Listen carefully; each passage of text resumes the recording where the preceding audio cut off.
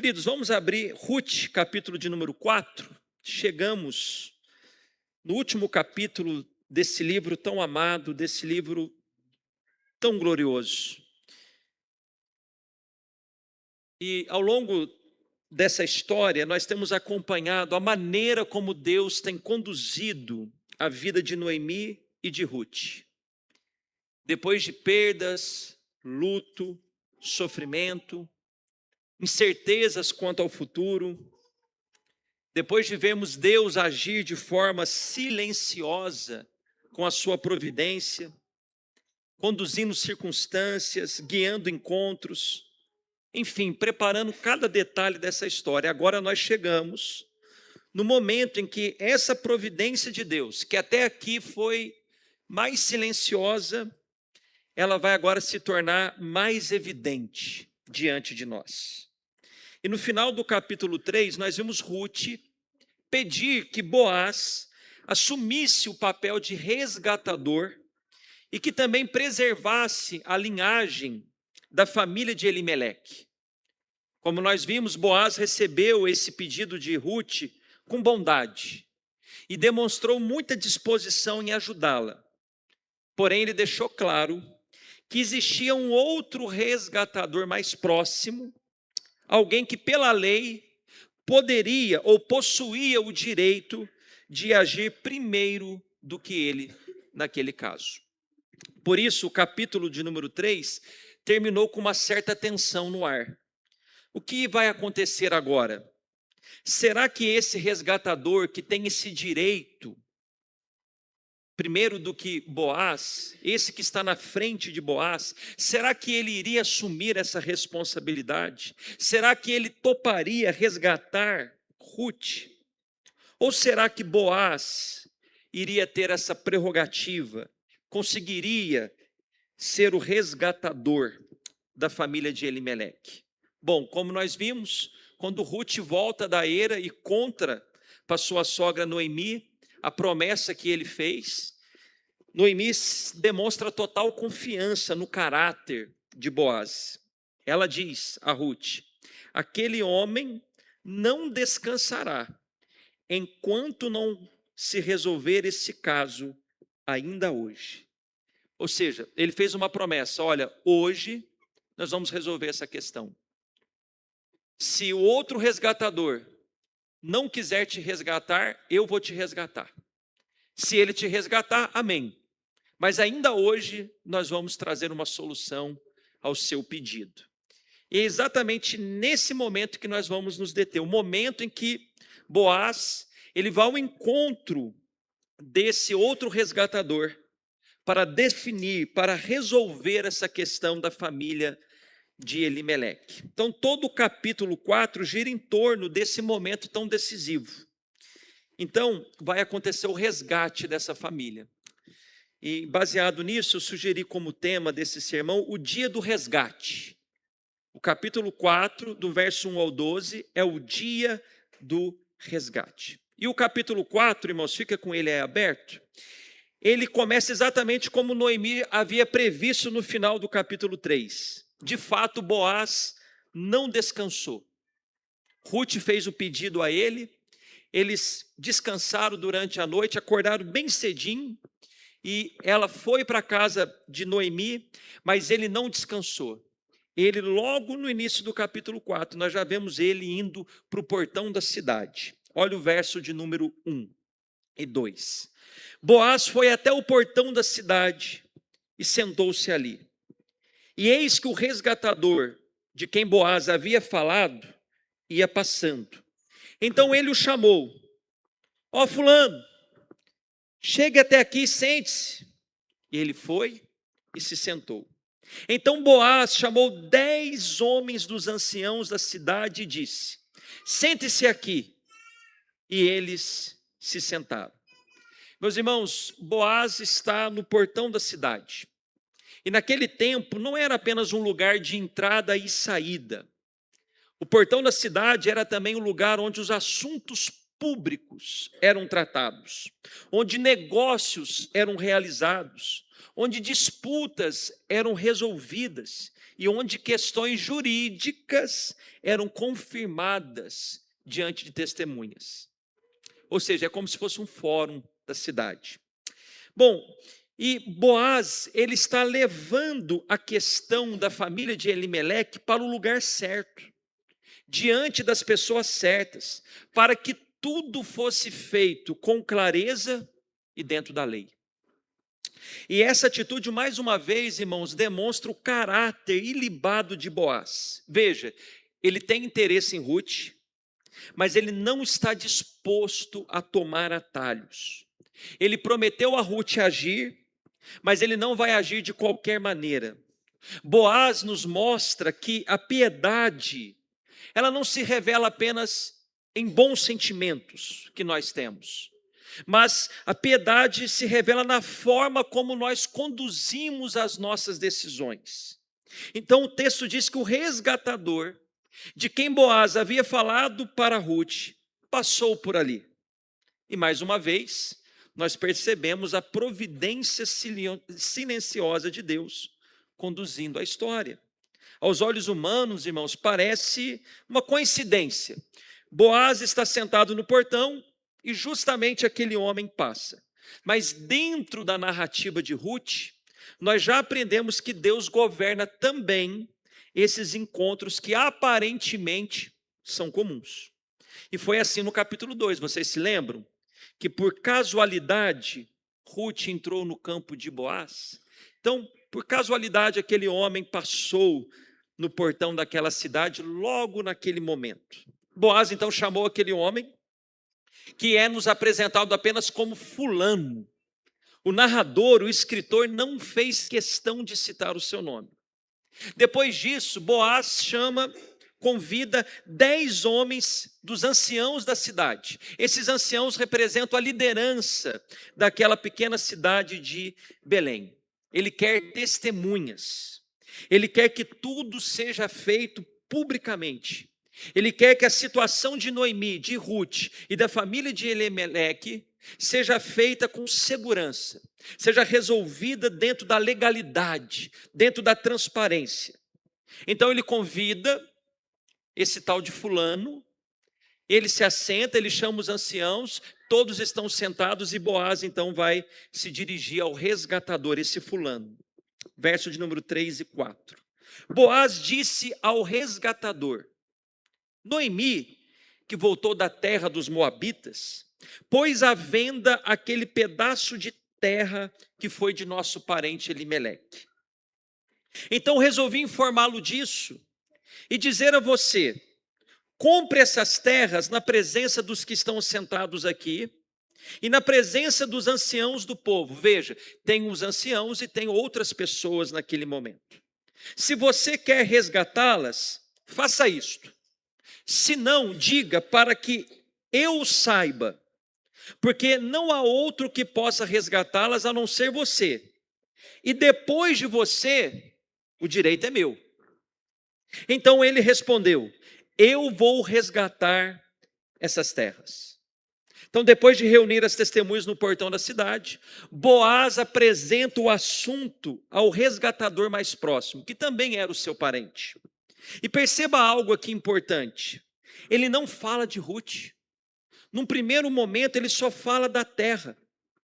Boaz, sendo um homem justo, deixa claro que o direito de comprar aquelas terras, de resgatar aquelas terras, era daquele fulano, era daquele parente resgatador, que ele era o próximo da fila, mas ele tinha o direito, primeiramente, de fazer o resgate daquelas terras. E aqui eu quero só relembrar o que eu expliquei no capítulo 3 sobre a responsabilidade do resgatador diante de situações de pobreza de seus familiares. É importante a gente lembrar.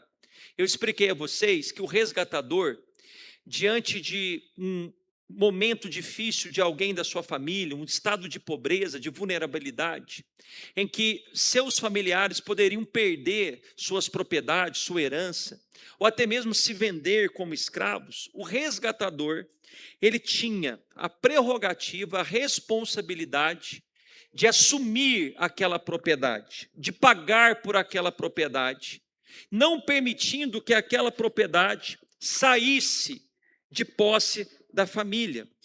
Então, aqui está uma proposta a esse resgatador de intervir na família de Elimeleque, de comprar aquelas terras e preservar então a herança daquela família.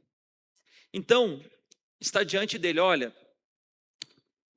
Noemi voltou, ela está sem condições de continuar com as terras, ela está no estado de pobreza e você pode resgatá-la, você pode comprar essas terras, você pode ajudá-la a preservar essa terra no nosso clã. Então ele deveria assumir a responsabilidade sobre Noemi também, sobre as despesas de Noemi. Então a resposta do resgatador é sim, eu vou resgatá-la. Irmãos, veja, você que está acompanhando essa série ou que você já leu o livro, quando esse resgatador dá essa resposta, cria um clima de tensão, porque a gente vai torcendo para que Boaz e Ruth fiquem juntos. A nossa torcida é para que eles se casem. Mas esse homem agora, quando ouve das terras, ele aceita, ele topa, não, eu vou resgatar, deixa comigo. Era um bom negócio, mais terra, mais condições de plantar, de colher, mais patrimônio.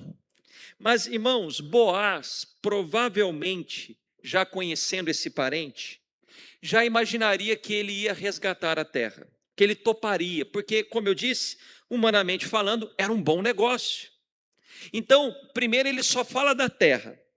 Depois que esse fulano aceita, Boaz então acrescenta a informação de que junto com a terra, ele também teria que receber Ruth como sua esposa.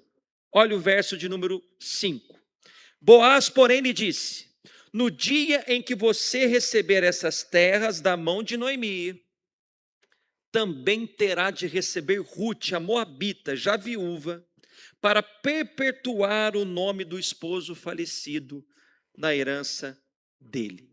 Em outras palavras, Boaz está dizendo assim: não é apenas um campo, não são apenas terras, existe uma família para preservar, existe uma viúva para amparar, existe um nome que precisa continuar. Fecha aspas. E aqui então, irmãos, nós precisamos nos lembrar novamente de algo que eu também expliquei no capítulo 3, que além da lei do resgatador, havia a lei do levirato, que quando um homem morria sem deixar descendência, um de seus irmãos deveria assumir o casamento com a viúva desse irmão falecido, para preservar o nome do irmão, a descendência daquela família. Embora nem Boaz e nem esse resgatador, identificado como fulano, fossem irmãos de Malom, eles não deveriam, então eles não tinham obrigação nenhuma de assumir Ruth. Nós vemos aqui que era um costume já naqueles dias, que aquele que tivesse a responsabilidade, a prerrogativa de executar o resgate de uma propriedade, também deveria assumir a responsabilidade, a continuidade da linhagem daquela família. Ou seja, essas duas leis andavam juntas, a lei do resgate e a lei do levirato. Pelo menos esses dias aqui em que essa história aconteceu. Resumindo, irmãos, se aquele homem quisesse exercer o direito de resgatar aquelas terras, ele também deveria assumir a responsabilidade de dar continuidade à linhagem de Elimeleque. Ou seja, ele teria que se casar com Ruth. Ele deveria assumir Ruth como esposa. Quando fulano ouve isso, olha a reação dele do verso 6. Então o resgatador disse: nesse caso, ou seja, já que então tem que assumir Ruth. Nesse caso, não poderei fazer o resgate, para não prejudicar a minha própria herança. Faça você uso desse meu direito, porque eu não poderei fazê-lo. Enquanto envolvia apenas Noemi, e a propriedade de Elimeleque. Noemi, que já era uma senhora, que não daria mais filhos, ou seja, não teria condições de dar filhos a mais ninguém, muito menos a ele também. Então, aquele negócio lhe pareceu muito vantajoso. Ele queria as terras. Mas quando Ruth entra no negócio, Ruth ainda jovem, uma mulher que poderia gerar filhos, então ele pula fora, ele diz não, porque ele entendeu que Ruth teria um filho, que Ruth poderia gerar um herdeiro para a família de Elimeleque. Então ele entende que aquilo não seria um bom negócio, porque se Ruth teria condições de ter filhos, automaticamente ele também perderia então a plena posse da terra, porque aquela terra continuaria com os filhos de Ruth. Então, ele vai reconsiderar a sua decisão e vai abrir mão do seu direito. Ele estava pensando nele. Se eu tenho filhos com Ruth, eu vou prejudicar até mesmo a minha própria herança. Eu quero deixar a minha herança para os meus filhos, não para os filhos que eu posso ter com Ruth. Então, ele pensou apenas nele mesmo. Então, ao se recusar a exercer esse direito de resgate, esse homem está pensando somente nele. Ele é egoísta.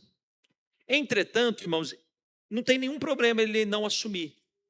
Ou seja, não é uma coisa ilegal. Ele não está aqui pecando por se recusar a assumir esse direito. Não, ele apenas não quer. Mas a ideia aqui do narrador é mostrar a diferença desse resgatador com Boaz. Esse fulano está preocupado só com os interesses dele, enquanto Boaz está preocupado com os interesses da família de Elimeleque. Veja o que ele diz: para que eu não prejudique a minha própria herança. Eu não quero assumir responsabilidades, eu não quero ter custos, eu não quero ter compromissos em restaurar essa família. Veja, irmãos, é um homem que pensa somente em si mesmo.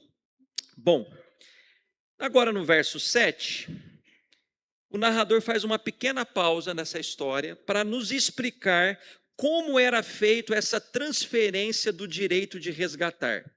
Olha o verso 7 e 8. Este era antigamente o costume em Israel, enquanto a resgates e permutas. Quem queria confirmar um negócio, tirava a sandália do pé e a entregava ao outro.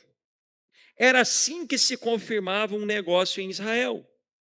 Por isso, quando o resgatador disse a Boaz: faça você o resgate, tirou a sandália do pé. O narrador agora ele dá uma pausa e nos explica como que era feita então, de forma legal, jurídica, essa transição de direitos. E veja, irmãos, por que ele faz isso? Provavelmente, quando o livro de Ruth foi escrito, que não foi escrito naqueles dias ali de juízo, foi escrito num momento posterior, talvez esse costume já não era mais conhecido como antes. E também para que nós, leitores de outras gerações, pudéssemos compreender o significado daquela situação, daquele ato. E aqui, irmãos, tem um simbolismo muito interessante. A sandália representava o direito de pisar sobre a terra, de reivindicar posse.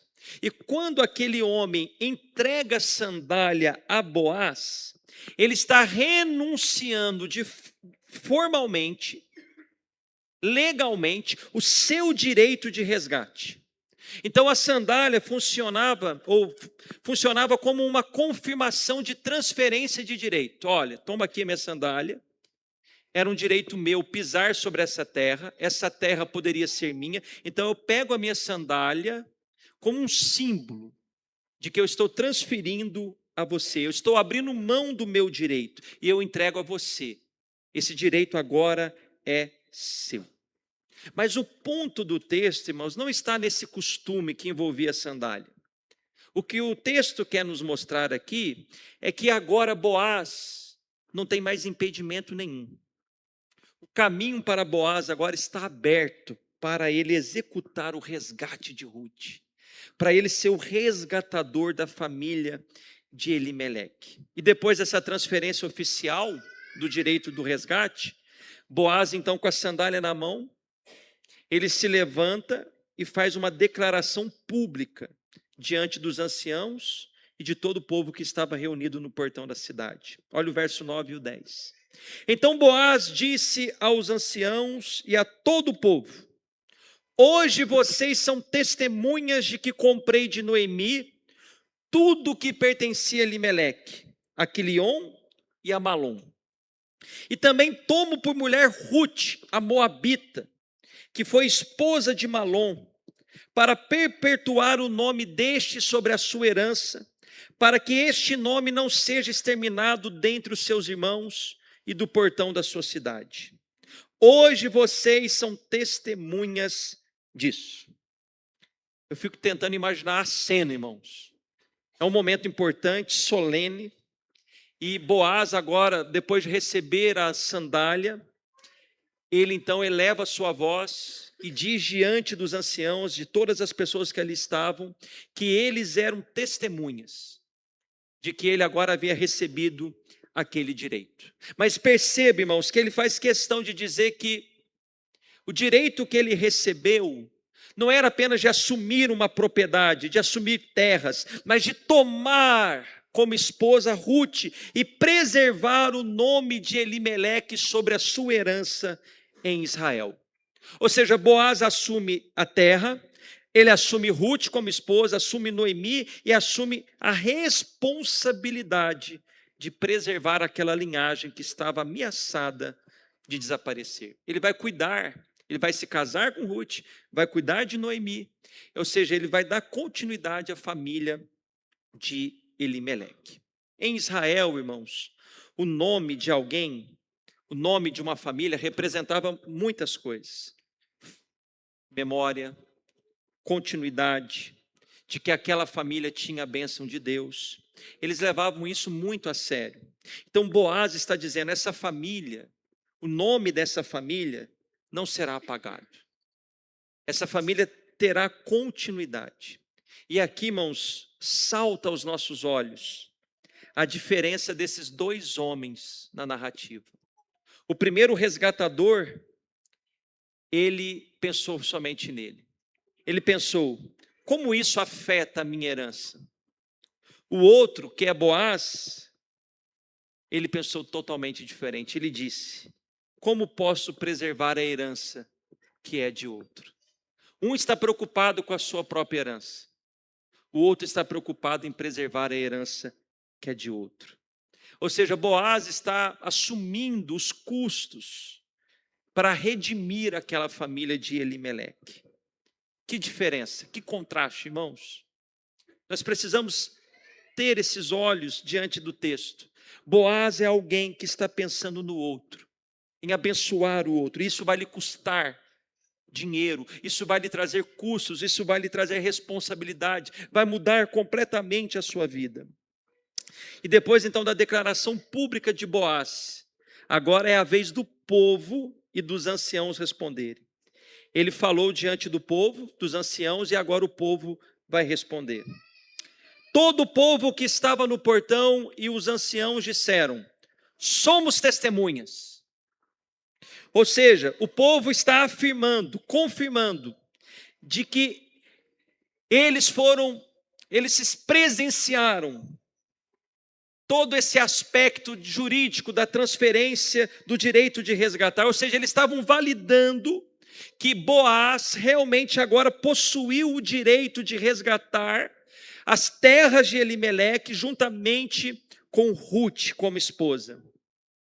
Ou seja, aqui é o aspecto jurídico. Eles estão dizendo, nós somos testemunhas.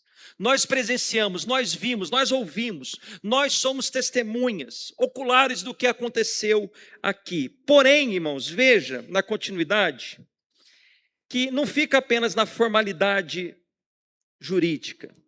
O testemunho desses anciãos e dos demais que ali estavam termina com uma oração. Eles vão orar por Boaz e por Ruth. Olha o que o texto diz. E disseram a Boaz, Que o Senhor faça a esta mulher que está entrando na sua casa, na sua família, como fez a Raquel e Lia, que edificaram a casa de Israel. E que você, Boaz, seja um homem poderoso em Efrata, e que o seu nome se torne famoso em Belém, que com os filhos que o Senhor lhe der dessa jovem, a sua casa seja como a de Pérez, o filho que Tamar deu a Judá. Irmãos, isso é impressionante. Pense no peso dessas palavras. Essa aqui é uma oração, eles estão invocando a bênção de Deus sobre Boaz e sobre Ruth. Mas, por favor, reflita no que eles acabaram de dizer, do que eles acabaram de pedir. Lembre-se, Ruth é uma mulher moabita, uma estrangeira, uma mulher que chegou a Belém sem marido, sem recursos, que foi recolher espigas em campos, mas agora os líderes daquela cidade as colocam lado a lado com as grandes matriarcas de Israel. Vocês se lembram que Raquel e Lia foram instrumentos usados por Deus para edificar a nação de Israel. A oração desses líderes e dessas testemunhas é que aquela mulher, Ruth, uma estrangeira, fosse um instrumento para edificar uma casa dentro do povo da aliança. Isso é algo extraordinário, impressionante. E depois eles pedem uma bênção sobre Boaz, que você, Boaz, seja poderoso em Efrata e tenha fama em Belém. Nós vamos ver isso no sermão seguinte, se Deus permitir. E depois vem uma parte ainda mais interessante, porque eles disseram que a sua casa seja como a casa de Pérez, que Tamar deu à luz a Judá.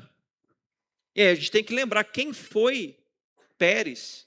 Pérez é filho de Tamar, mas quem foi Tamar? Por que eles estão desejando que Ruth e Boaz tenham as mesmas bênçãos que Tamar teve ao conceber Pérez? Vamos lembrar rapidamente? Judá teve um filho com Tamar. Mas quem era Tamar?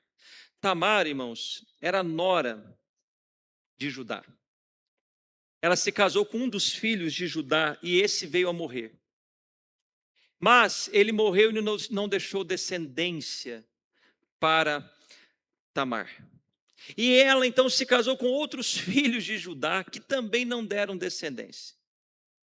Resumindo, é uma história muito longa e uma história cheia de situações improváveis, constrangedoras até, situações bem polêmicas.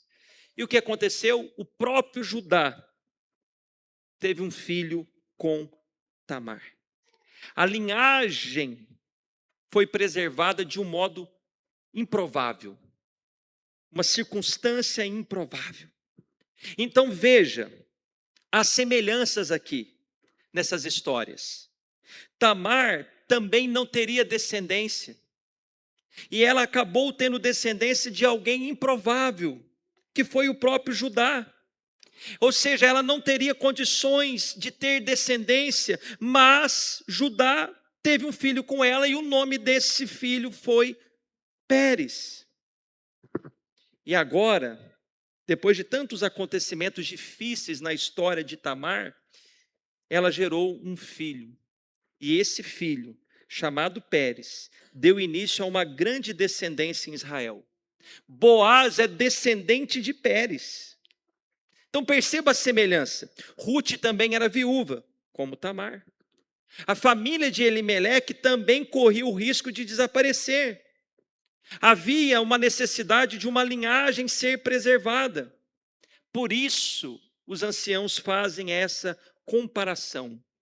Eles estão pedindo que Deus faça por Boaz e Ruth algo semelhante ao que fez por Tamar.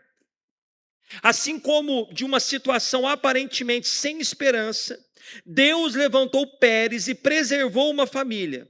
Que agora o Senhor também conceda a descendência a Boaz e Ruth, e façam eles prosperar também em Israel.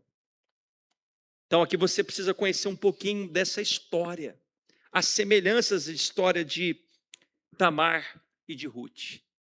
E elas são abençoadas pelo Senhor. Semana que vem, nós vamos ver que o narrador faz questão de registrar que essa oração, feita pelos anciãos e pelas testemunhas, fora respondida. E talvez nem eles imaginassem o quanto essa oração seria respondida pelo Senhor. Nós vamos ver na semana que vem que Ruth teve filho. E vamos ver a descendência que essa mulher teve na história. Bom, meus irmãos, depois de tantos anos de perda, luto, sofrimento, incertezas quanto ao futuro, finalmente Deus levantou um resgatador. Um homem marcado pelo temor do Senhor. Um homem íntegro, bondoso, disposto a assumir o custo do resgate. Agora sim, Noemi e Ruth poderiam olhar para o futuro com esperança e com segurança de que não estavam mais sozinhas. Deus agora novamente iria conceder a elas um lar, uma família, uma herança preservada. O nome de Elimeleque não mais seria apagado de Israel. Nós estamos chegando no desfecho dessa história. Agora essas mulheres estão totalmente seguras, porque o resgate foi realizado. Veja, irmãos, que história linda, marcada por dor, por sofrimento, por medo. E no final, elas veem a mão do Senhor agindo em favor delas. Só que a mão de Deus não estava agindo somente naquele dia no portão. Estava agindo em todo momento. E muitas vezes é assim. Enquanto Deus está agindo, a gente às vezes não consegue ver. Mas Ele está agindo na vida do seu povo.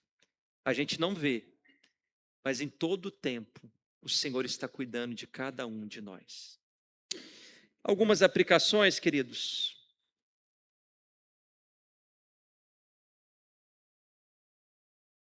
Eu tenho dito que Boaz é um homem marcado por piedade.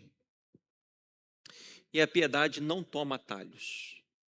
Um homem piedoso, uma mulher piedosa, não toma atalhos. Uma das coisas mais belas nesse texto, no capítulo 4, é a maneira como Boaz conduziu toda essa situação. Veja, irmãos, Boaz tem interesse em Ruth.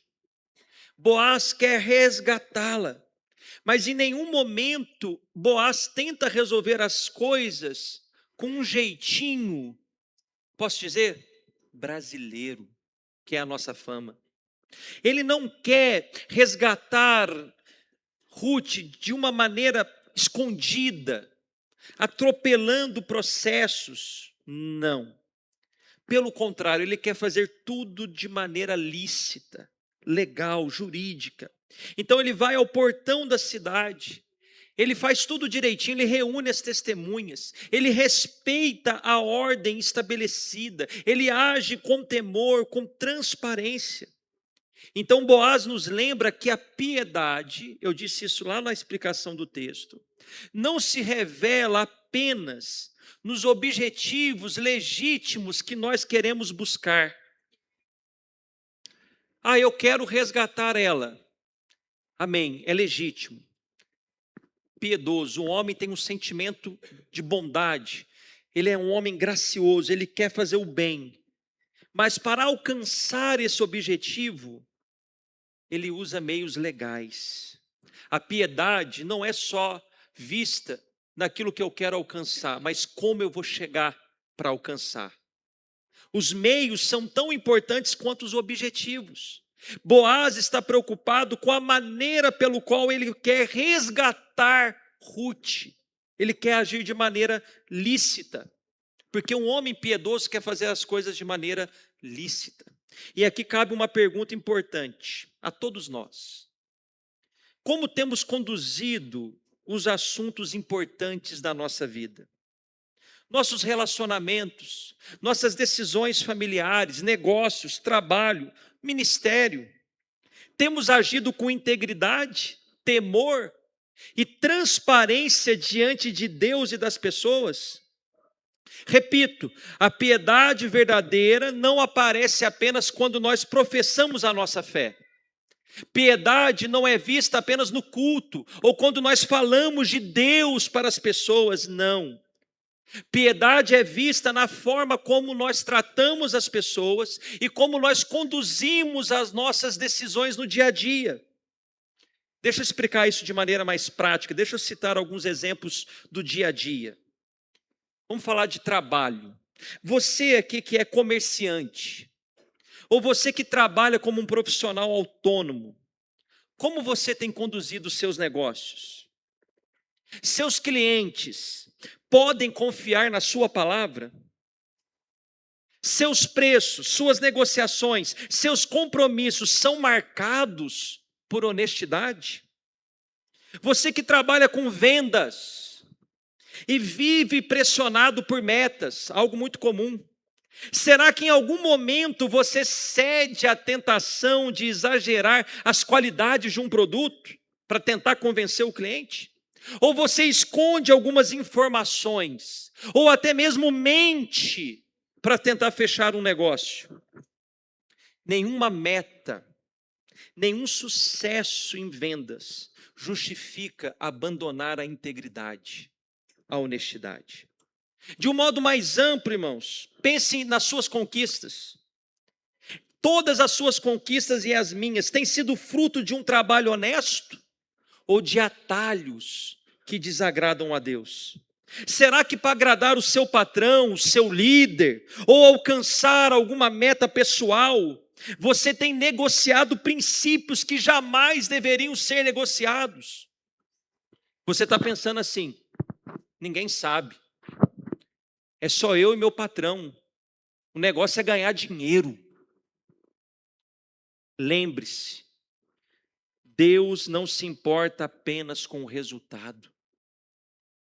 Deus se importa com o caminho que percorremos para alcançar esse resultado. Boaz poderia dar um jeitinho, não comunicar o outro resgatador, porque ele estava muito interessado em ter Ruth, mas ele não fez isso. Ele confiou em Deus, que a vontade de Deus fosse feita. Tanto é que ele diz: se ele te resgatar, amém. Se ele não te resgatar, eu vou resgatar. Crente é alguém marcado por piedade, e piedade significa ser íntegro, ser honesto. Pense na sua vida, há honestidade em tudo? Ou você tem algum ponto do seu trabalho, da sua vida, em que não há honestidade? Se alguém descobrir, você vai ficar ruim diante da situação. Pense nisso. Esse texto está nos mostrando que nós devemos agir com integridade. Crente é alguém que cumpre lei. É alguém que não sonega impostos. É alguém que está interessado em fazer o que é certo, a não ser quando envolve negar a Cristo. A única situação que nós não devemos cumprir lei é quando está entre cumprir uma lei significa dizer negar a Cristo. Mas leis são para ser cumpridas. Nós devemos respeitar as autoridades. Pense como anda a sua vida. Há integridade, há honestidade no seu dia a dia? Uma segunda aplicação. A piedade está disposta a assumir custo pelo bem de outros. Boaz, irmãos, estava disposto a assumir a responsabilidade, custos e compromissos para abençoar a família de Elimeleque. O outro resgatador, porém, como eu enfatizei, ele preferiu proteger os seus próprios interesses. Isso nos leva a uma pergunta também muito importante. Até onde estamos dispostos a servir quando isso significa para nós custar alguma coisa? Veja, Boaz quer ajudar a família, mas ele tem um entendimento claro que isso vai lhe custar alguma coisa. Do outro lado, o outro resgatador, quando ele entende que vai lhe custar alguma coisa, que pode lhe trazer algum prejuízo, ele pula fora. Amar pessoas, cuidar da família, servir a igreja, sempre vai envolver um custo, sempre vai envolver algum tipo de renúncia. Irmãos, é muito fácil ajudar pessoas quando tudo é conveniente, quando não há custos. É fácil também, irmãos, ter um discurso muito bonitinho sobre amar o próximo. O desafio surge quando servir pessoas exige o nosso tempo, exige o nosso esforço, exige sacrifício, exige abrir mão do próprio conforto do lar e ir ao encontro de quem precisa de ajuda. Meus irmãos, quantas vezes nós deixamos de assumir uma responsabilidade na igreja? Quantas vezes nós deixamos de ajudar um familiar nosso, da nosso sangue, ou até mesmo um irmão da nossa igreja, porque quando a gente faz a leitura, a gente entende, vai demandar muito tempo da minha parte, vai me custar alguma coisa.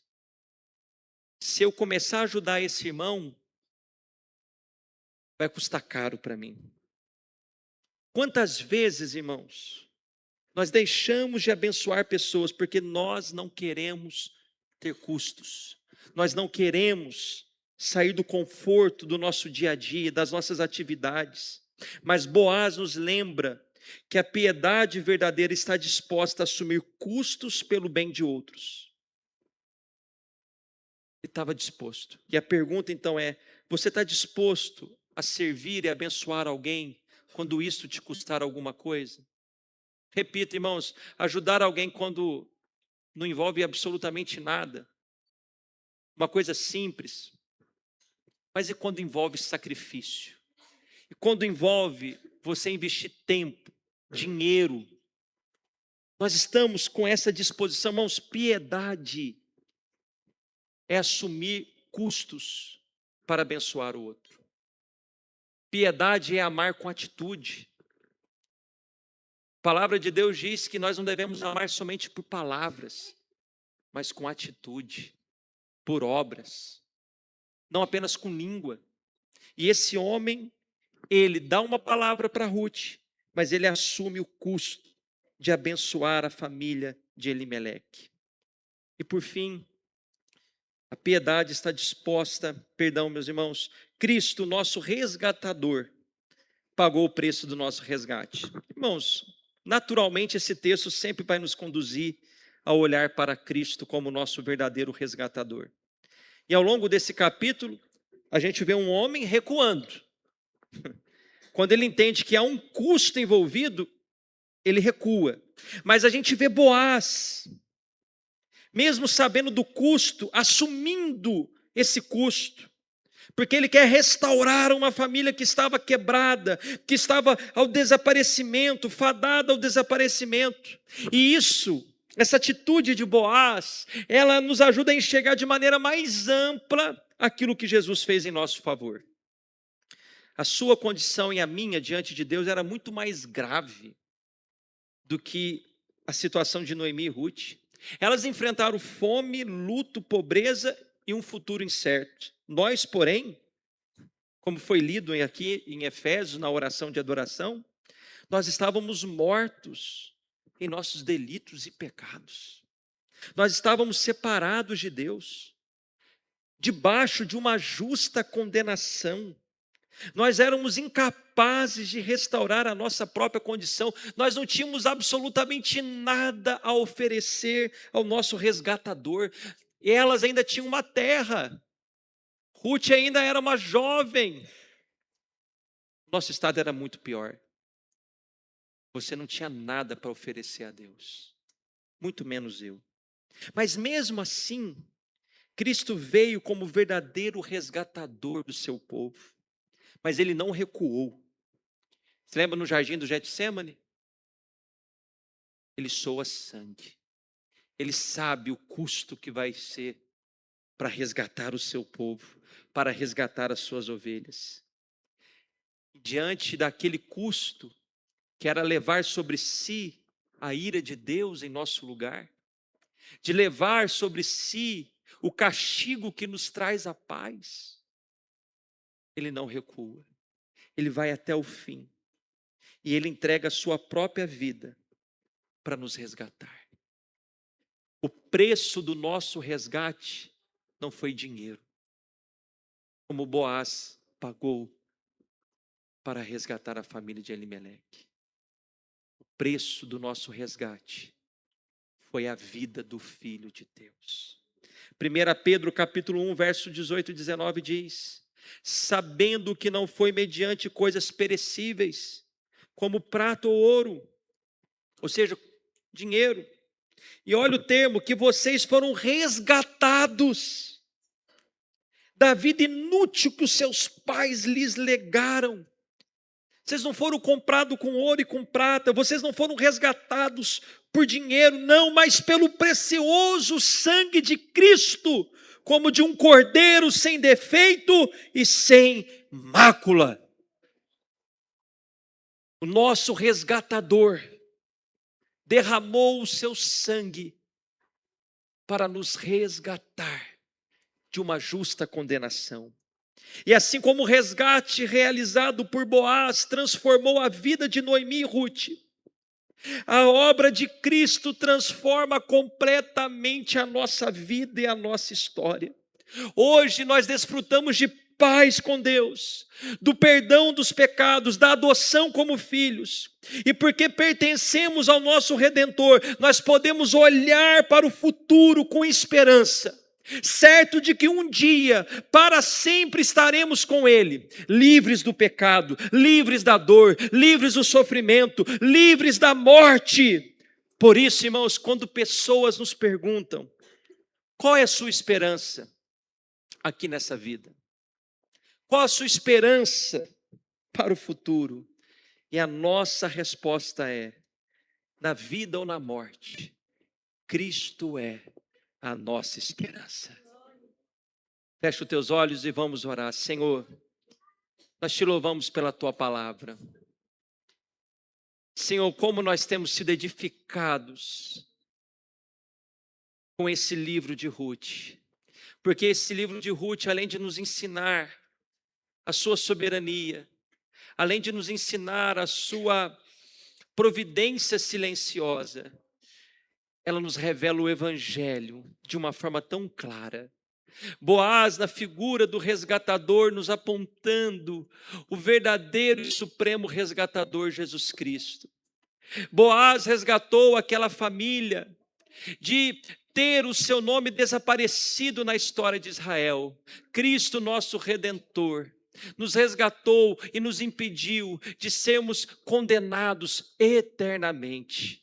Agora somos livres, Senhor, livres da condenação eterna, livres do poder do pecado, livres, ó Deus, de aquilo que o pecado traz sobre as nossas vidas. Já somos salvos, Senhor, mas aguardamos o grande dia em que seremos plenamente salvos, em que essa obra irá ser consumada. Nós aguardamos o nosso Redentor vindo, ó Deus, desses céus de glória, Senhor, para buscar a sua igreja. Nós aguardamos, ó Deus, o dia em que os resgatados, os remidos, irão bendizer eternamente o nosso Redentor. A sua igreja te adora, a sua igreja te agradece por tamanho amor, porque nós não tínhamos nada para lhe oferecer.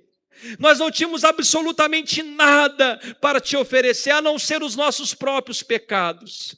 Mas a despeito da nossa pobreza, da nossa falência, o Senhor nos amou e nos resgatou. Obrigado, Senhor. Cristo é a nossa esperança na vida, no presente, quanto no futuro. Cristo é tudo para nós. Cristo e somente Cristo é a nossa esperança. Amém e amém. Fiquemos de pé.